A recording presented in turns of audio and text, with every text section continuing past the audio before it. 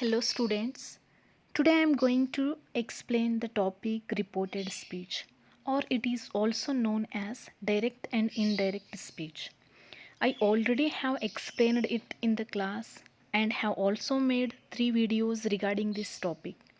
Before watching this video you have to go through the definition and rules of converting the sentences from direct into indirect speech. So go and watch those videos. Students, it consists of 5 marks for your main examination. So let us repeat the definition of reported speech. What exactly reported speech mean? If we report what another person has said, we usually do not use the speaker's exact words, but reported speech or indirect speech. Therefore, you need to learn how to transform direct speech into reported speech. The structure is little different depending on whether you want to transform a statement, question or request. Mind the type of sentences when you use reported speech. ಅಂದರೆ students ಇಲ್ಲಿ ನಾವು ಡೈರೆಕ್ಟಿಂದ ಇಂಡೈರೆಕ್ಟಿಗೆ ಸೆಂಟೆನ್ಸಸ್ಗಳನ್ನು convert ಮಾಡಬೇಕಾದ್ರೆ ಅಲ್ಲಿ ನಾವು ಕೆಲವೊಂದು ರೂಲ್ಸ್ಗಳನ್ನು follow ಮಾಡಬೇಕಾಗುತ್ತೆ. ಅಂದರೆ ಆ ರೂಲ್ಸ್ಗಳೇನಂತಂದರೆ, ಈಗ ನಾವು ಡೈರೆಕ್ಟಿಂದ ಇಂಡೈರೆಕ್ಟಿಗೆ ಸೆಂಟೆನ್ಸಸ್ಸನ್ನು ಕನ್ವರ್ಟ್ ಮಾಡಬೇಕಾದ್ರೆ ನಾವಲ್ಲಿ ಟೆನ್ಸನ್ನು ಚೇಂಜ್ ಮಾಡಬೇಕಾಗುತ್ತೆ, ಪ್ರೊನೌನ್ಸ್ಗಳನ್ನು ಚೇಂಜ್ ಮಾಡಬೇಕಾಗುತ್ತೆ, ಹಾಗೆ ಕೆಲವೊಂದು ವರ್ಡ್ಸ್ಗಳನ್ನು ಸ್ಪೆಸಿಫಿಕ್ ವರ್ಡ್ಸ್ಗಳನ್ನು ಆ್ಯಡ್ ಮಾಡಬೇಕಾಗುತ್ತೆ.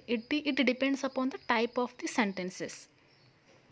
ಸೊ ಇಲ್ಲಿ ಫಸ್ಟ್ ರೂಲ್ ಏನಿದೆ ಅಂತಂದರೆ ಚೇಂಜ್ ಆಫ್ ಟೆನ್ಸ್. ಆಲ್ರೆಡಿ ನಾನು ಇದನ್ನು ಹೇಳೀನಿ, ಬಟ್ ಆದರೂ ರಿಪೀಟ್ ಆಗ್ತಾ ಇದೆ. Just keep in mind change of tense. ಒಂದು ವೇಳೆ ಡೈರೆಕ್ಟ್ನಲ್ಲಿ ಸಿಂಪಲ್ ಪ್ರೆಸೆಂಟ್ ಇದ್ದರೆ ಇಂಡೈರೆಕ್ಟ್ನಲ್ಲಿ ಸಿಂಪಲ್ ಪಾಸ್ಟ್ ಆಗುತ್ತೆ. Present continuous, past continuous. Present perfect ಹೋಗಿ ಪಾಸ್ಟ್ ಪರ್ಫೆಕ್ಟ್ ಆಗುತ್ತೆ. Simple past it becomes past perfect. Past continuous ಇದ್ದರೆ ಅದನ್ನು ನಾವು ಪಾಸ್ಟ್ ಪರ್ಫೆಕ್ಟ್ ಕಂಟಿನ್ಯೂವಸ್ ಆಗಿ ಕನ್ವರ್ಟ್ ಮಾಡಬೇಕಾಗುತ್ತೆ. Past perfect it remains unchanged, ಅಂದರೆ ಪಾಸ್ಟ್ ಪರ್ಫೆಕ್ಟಾಗಿ ಉಳಿಯುತ್ತೆ. ಅಲ್ಲಿ ಯಾವುದೇ ಥರ ಚೇಂಜಸ್ ಆಗೋದಿಲ್ಲ. ಇಲ್ಲಿ ಕೆಲವೊಂದು ಟೆನ್ಸ್ಗಳನ್ನು ನಾನು ಕೊಟ್ಟಿಲ್ಲ. ಅಂದರೆ ಒಂದು ವೇಳೆ ಡೈರೆಕ್ಟ್ನಲ್ಲಿ ಪ್ರೆಸೆಂಟ್ ಪರ್ಫೆಕ್ಟ್ ಕಂಟಿನ್ಯೂವಸ್ ಇದ್ದರೆ that becomes past perfect continuous. Just keep in mind. Next, so ಇಲ್ಲಿ ನಾನು ಫ್ಯೂಚರ್ ಟೆನ್ಸನ್ನು ತೊಗೊಂಡಿಲ್ಲ. Because in future tense just we change the modals. Like will it becomes would, can it becomes could. Have a look over this.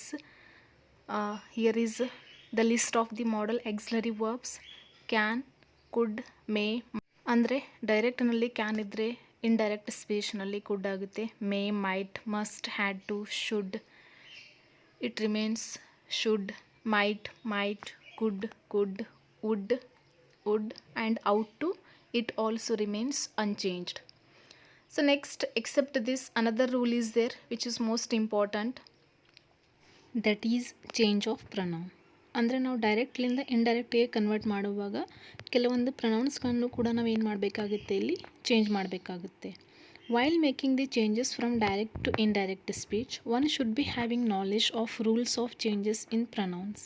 The first person in the reported speech changes according to the subject of reporting speech. ಅಂದರೆ ಇಲ್ಲಿ ನಾವು ಯಾವ ಥರ ಪ್ರೊನೌನ್ಸ್ಗಳನ್ನು change ಮಾಡಬೇಕಂತಂದರೆ ಅಲ್ಲಿ we have to look over the subject of reporting speech. ಅಂದರೆ reporting ಸ್ಪೀಚ್ನ ಸಬ್ಜೆಕ್ಟ್ ನೋಡಿ ನಾವು ಅಲ್ಲಿ ಏನು ಮಾಡ್ತೀವಿ, ಪ್ರೊನೌನ್ಸ್ಗಳನ್ನು ಚೇಂಜ್ ಮಾಡ್ತೀವಿ. ಇನ್ reported speech change of the second person depends on the subject of reporting speech. The third person remains unchanged. ಅಂದರೆ ಥರ್ಡ್ ಪರ್ಸನ್ ಇದ್ದರೆ ಯಾವುದೇ ಥರ ಅಲ್ಲಿ ಚೇಂಜಸ್ ಆಗೋದಿಲ್ಲ. ಇಲ್ಲಿ ಕೆಲವೊಂದು ಪ್ರೊನೌನ್ಸ್ಗಳ ಲಿಸ್ಟ್ಗಳನ್ನು ಕೊಟ್ಟಿದ್ದಿದೆ. ಡೈರೆಕ್ಟ್ ಸ್ಪೀಚ್ನಲ್ಲಿ ಐ ಇದ್ದರೆ ಇಂಡೈರೆಕ್ಟ್ನಲ್ಲಿ ಅದೇನಾಗುತ್ತೆ, it becomes he or she. ಅಂದರೆ ಫಸ್ಟ್ ಪರ್ಸನ್ ಇದ್ದರೆ ಅದು ಏನಾಗುತ್ತೆ, I first person, third person ಆಗಿ ಏನಾಗುತ್ತೆ, ಕನ್ವರ್ಟ್ ಆಗುತ್ತೆ.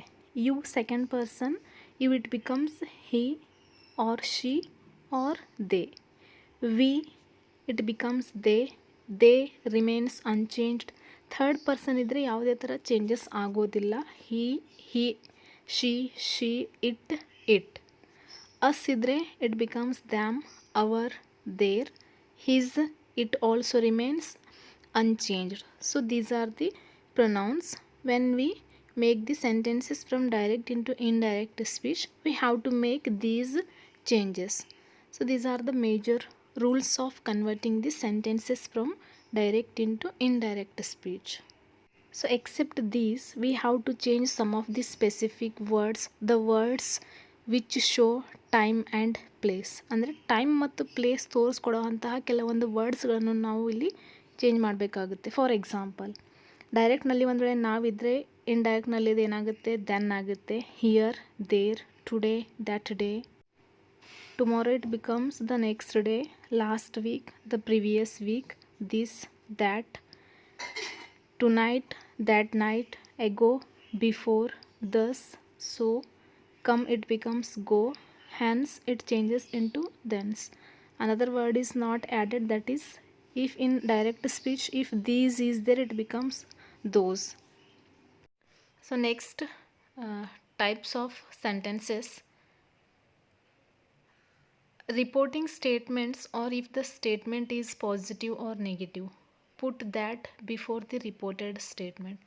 ಅಂದರೆ ಡೈರೆಕ್ಟ್ ಸ್ಪೀಚ್ನಲ್ಲಿ ಒಂದು ವೇಳೆ ಕೊಟ್ಟಂತಹ ಸ್ಟೇಟ್ಮೆಂಟ್ ಪಾಸಿಟಿವ್ ಅಥವಾ ನೆಗೆಟಿವ್ ಇದ್ದರೆ ಇನ್ಡೈರೆಕ್ಟಿಗೆ ಕನ್ವರ್ಟ್ ಮಾಡುವಾಗ ನಾವಲ್ಲಿ ದ್ಯಾಟ್ ಅನ್ನೋ ವರ್ಡನ್ನಲ್ಲಿ ಏನು ಮಾಡಬೇಕು, ಆ್ಯಡ್ ಮಾಡ್ಕೊಳ್ಬೇಕು. Next, reporting WH questions.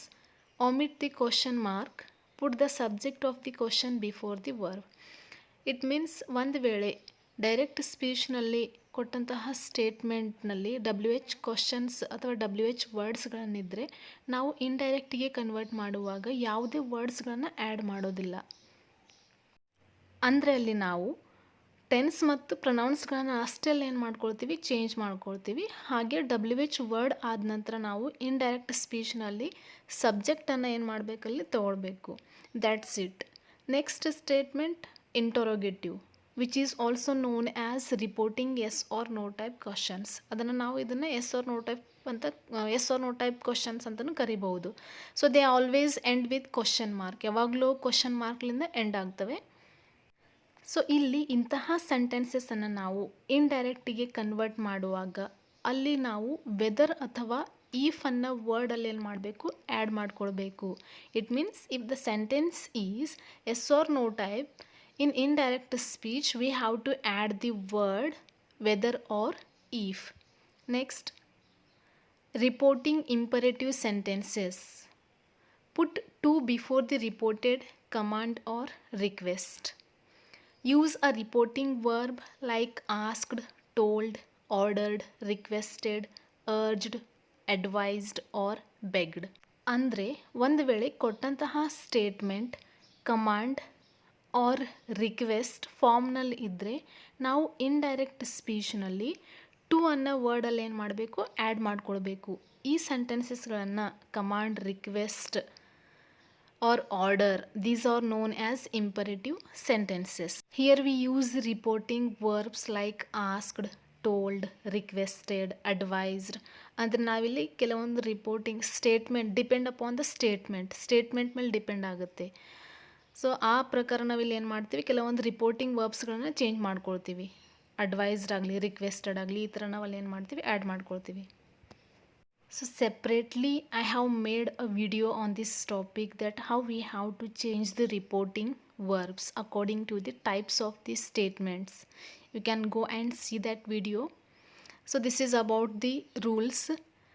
If you don't know tense, that how you have to change the tense when you convert the sentences from direct into indirect speech. You can go through this. So ಒಂದು ವೇಳೆ ನಿಮಗಿಲ್ಲಿ tense ಬರಲಿಲ್ಲ ಅಂತಂದರೂ ಕೂಡ ನೀವೇನು ಮಾಡಬಹುದು, ಸೆಂಟೆನ್ಸಸ್ಸನ್ನು ಡೈರೆಕ್ಟ್ಲಿಂದ ಇಂಡೈರೆಕ್ಟಿಗೆ ಕನ್ವರ್ಟ್ ಮಾಡಬಹುದು. You have to keep in minds which verbs we have to change. ಅಂದರೆ ಡೈರೆಕ್ಟ್ನಲ್ಲಿ ಒಂದು ವೇಳೆ ಡೂ ಆರ್ ಡಸ್ ಇದ್ದರೆ ಅದು ಏನಾಗುತ್ತೆ, ಡಿಡ್ ಆಗುತ್ತೆ. Just you can change the verbs. Is it becomes was, am, was, are, were. Has it becomes had. Have it changes into had. Did, had done. It remains unchanged. Was doing, it becomes had been doing.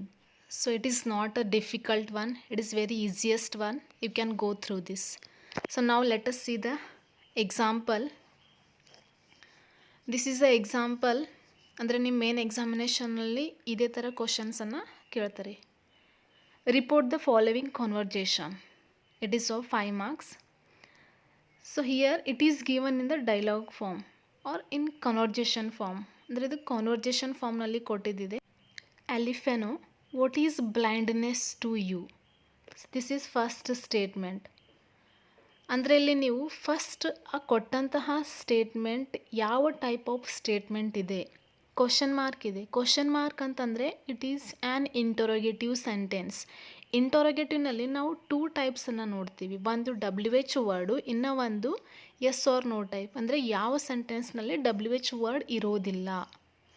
WH word ಇದ್ದರೆ ನಾವು ಯಾವುದೇ ಥರ ವರ್ಡ್ಸ್ಗಳನ್ನು add ಮಾಡೋದಿಲ್ಲ.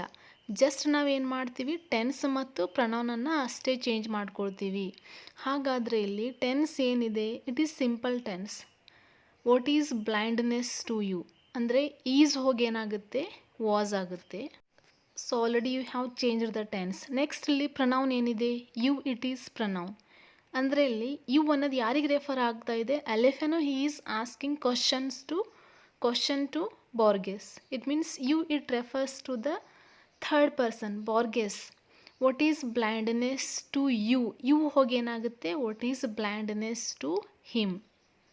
Sorry, what was blindness? ಅಂದರೆ ಇಲ್ಲಿ Alifano asked Borges what was blindness to him. Next Borges, it is a way of life. ಇಲ್ಲಿ full stop ಇದೆ. First ಈ ಸೆಂಟೆನ್ಸನ್ನು ಕಂಪ್ಲೀಟ್ ಮಾಡ್ಕೊಳ್ಬೇಕು. It is a way of life. Very simple, it is simple sentence. ಇಲ್ಲಿ tense ಏನು change ಆಗುತ್ತೆ, is ಹೋಗಿ ಏನಾಗುತ್ತೆ, ವಾಸ್ ಆಗುತ್ತೆ. ನೆಕ್ಸ್ಟ್ ಪ್ರೊನೌನ್, ಯಾವುದೇ ಥರ ಪ್ರೊನೌನ್ ಇಲ್ಲ. ಇಟ್ಟಿದೆ, ಇಟ್ಟಾಗಿ ಉಳಿಯುತ್ತೆ, it remains unchanged. So next types of statement. ಯಾವ ಸ್ಟೇಟ್ಮೆಂಟ್ ಇದೆ ಇಲ್ಲಿ, ಕ್ವಶನ್ ಮಾರ್ಕ್ ಇಲ್ಲ ಅಂತಂದರೆ it is positive statement. So positive statement ಇದ್ದರೆ ನಾವಲ್ಲಿ ಏನು ಮಾಡ್ತೀವಿ, ದಟ್ ಅನ್ನೋ ವರ್ಡ್ ಏನು ಮಾಡ್ಕೊಳ್ತೀವಿ, ಆ್ಯಡ್ ಮಾಡ್ಕೊಳ್ತೀವಿ. ಅಂದರೆ Borges said Epiphano that it was a way of life. Full stop. Continuation. In my case, the visible world has moved away from my eyes. So this is the sentence here. It is positive sentence. ಇಲ್ಲೇನಿದೆ, positive sentence ಇದೆ. Positive ಇದ್ದರೆ again ನಾವಲ್ಲಿ that ಅನ್ನೋ word add ಮಾಡ್ಕೊಳ್ತೀವಿ. ಇಲ್ಲಿ tense ಏನಿದೆ ಅಂತಂದರೆ present perfect ಇದೆ.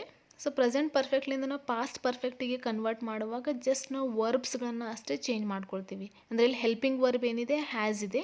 ಹ್ಯಾಸ್ ಹೋಗಿ ಏನಾಗುತ್ತೆ, ಇಲ್ಲಿ ಹ್ಯಾಡ್ ಆಗುತ್ತೆ. ಹಾಗೆ pronoun my 2 pronouns are there. My ಹೋಗಿ ಏನಾಗುತ್ತೆ, ಹಿಸ್ ಆಗುತ್ತೆ. ಅಂದರೆ first person, it changes into third person. In his case the visible world has ಹೋಗಿ ಏನಾಗುತ್ತೆ, had moved away from his eyes. Okay. Next Alifano, have you thought of writing book on the history of the book? Question mark. So this is an interrogative sentence and it is known as yes or no type questions. Yes or no type questions ಇದ್ದರೆ ನಾವಿಲ್ಲಿ if ಅಥವಾ ವೆದರನ್ನು ನಾವು add ಮಾಡ್ಕೊಳ್ತೀವಿ. Have ಇದೆ, have ಹೋಗಿ ಏನಾಗುತ್ತೆ, had ಆಗುತ್ತೆ. Present perfect ಇದೆ, ಪ್ರೆಸೆಂಟ್ ಪರ್ಫೆಕ್ಟ್ ಹೋಗಿ ಪಾಸ್ಟ್ ಪರ್ಫೆಕ್ಟ್ ಆಗುತ್ತೆ. ನೆಕ್ಸ್ಟ್ ಇಲ್ಲಿ ಯಾವುದೇ ಥರ ಪ್ರೊನೌನ್ ಇಲ್ಲ. ಅಂದರೆ ಎಲಿಫೆನೋ ಆಸ್ಕ್ಡ್, ಯಾರಿಗೆ ಕೇಳ್ತಾ ಇದ್ದಾನೆ ಇಲ್ಲಿ, Alifano asked Borges whether, you means it refers to Borges, whether he had thought of writing book on the history of the book. Full stop. In indirect speech we have to remove question mark. Next Borges, it is an excellent idea. So ಇಲ್ಲಿ tense simple tense ಇದೆ. Is ಹೋಗಿ ಏನಾಗುತ್ತೆ, was ಆಗುತ್ತೆ. Second rule ನೋಡಬೇಕಾದ್ರೆ pronoun ಇಟ್ಟಿದೆ, it remains unchanged. ಹಾಗೆ third rule statement ಏನಿದೆ, ಇಲ್ಲಿ ಪಾಸಿಟಿವ್ ಸ್ಟೇಟ್ಮೆಂಟ್ ಇದೆ. ಪಾಸಿಟಿವ್ ಅಥವಾ ನೆಗೆಟಿವ್ ಇದ್ದರೆ ನಾವಲ್ಲಿ ದ್ಯಾಟ್ ಅನ್ನೋ ವರ್ಡ್ ತೊಗೊಳ್ತೀವಿ. ಅಂದರೆ ಇಲ್ಲಿ Borges said Epiphano that it was an excellent idea. So here is an answer. Epiphano asked Borges what was blindness to him. Borges replied that it was a way of life. He added that in his case the visible world had moved away from his eyes. Epiphano again asked Borges whether he had thought of writing a book on the history of the book. Borges said that it was an excellent idea and that he would keep it in his mind. So students, this is the final answer. I hope you have understood it. Take many more examples, follow the rules and practice on them. Definitely you will understand. I will be there with many more examples in the next video on this same topic.